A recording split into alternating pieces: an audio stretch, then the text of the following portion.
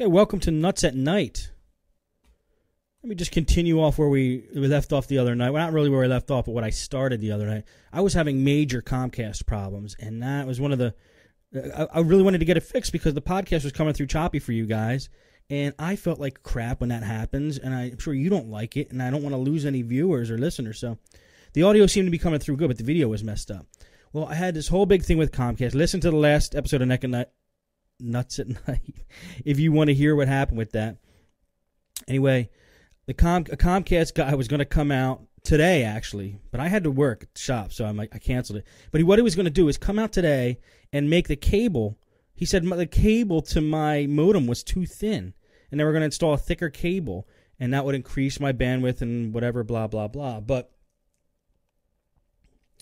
what I just went ahead and I kind of jumped the gun, and I just went out yesterday. I bought a modem because they suggested also that their problem was on my end, probably with my modem. Well, a guy came over the other day, and he's checking the signal. He said, my signal's fine. So I said, all right, let me just go buy a modem. I'll open it. I'll install it. If it doesn't work, I'll just bring it back. So I bought this D-Link modem. I think it's a DCM202. It was like $69 at Micro Center. It was the cheapest one they had. And I hooked it up. Skeptical, of course. Man, that thing handled it. I get like 5. I'm getting almost as much upload as download. Usually I get 20, but tonight I'm only get like 7 download. But upload is like at 5, and I wasn't even getting 1 before. So there should be no choppiness. Let me see what's going on in the chat room. You guys getting any choppiness or anything like that? You better not. I went through hell to fix my signal. Jack says he hates D-Link. Okay. Yeah, you know what? They suggested the Motorola's, William, at Comcast. But I saw the D-Link. I mean, I said, what the hell? It's been working. That's all I know. It's been working, so... It doesn't get great reviews either, I've heard, but I don't care. As long as it works now, I do not care. So it's working. The Comcast problem is fixed. My friend actually, I told him, he actually listened to the podcast the other day, and he told me this trick, too. I don't know if this will work, all right, but he told me this trick for Comcast to get a high bandwidth, like high download speed, basically open up your pipeline. He said if you have digital cable, right, start up an on-demand program. In the middle of the on-demand program, pause it.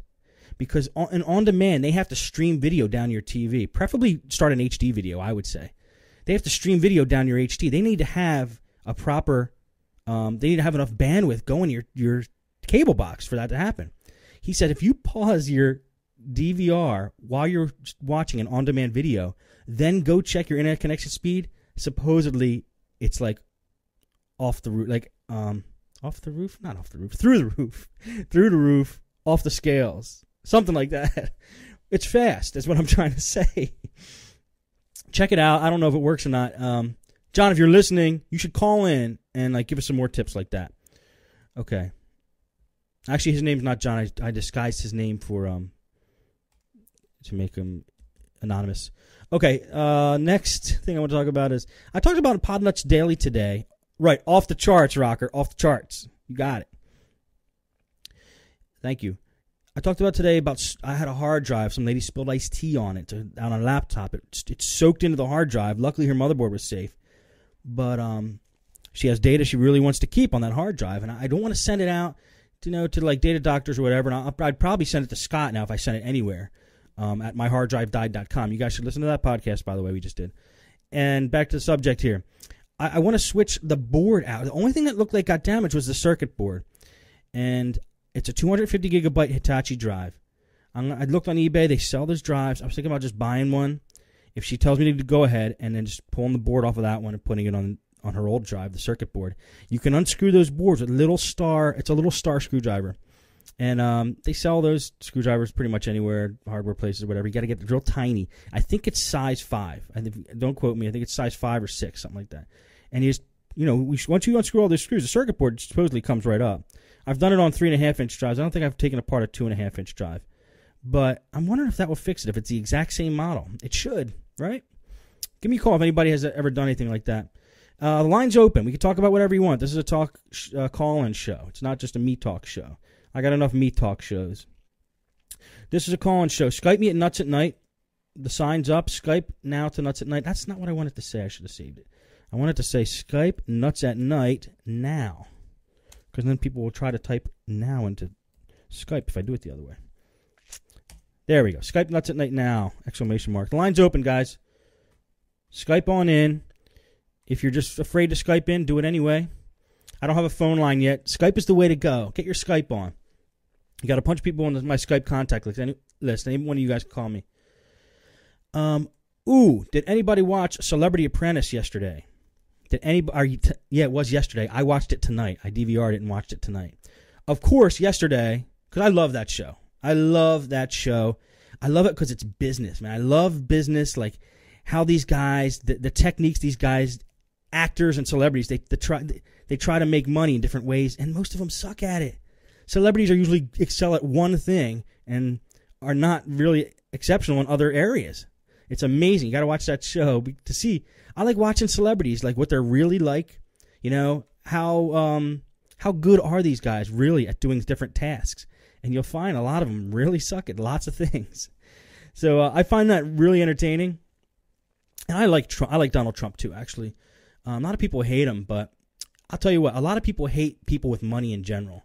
And I think that's pretty lame because people who earn money, a lot of it, usually deserve it. Usually, I mean, unless it's inherited or whatever, or they didn't work for it or figure out how to get it, I don't respect them. But people who earned money, gobs of money, they've pretty much figured out the money game on Earth here. And I respect them for that. So I like business. I like money, like how to make money, different ways people make money. It's a game, How much money can you make? What can you do to make money? So basically, every task that these guys do is geared towards that. But in Celebrity Apprentice, it's raising money for charity.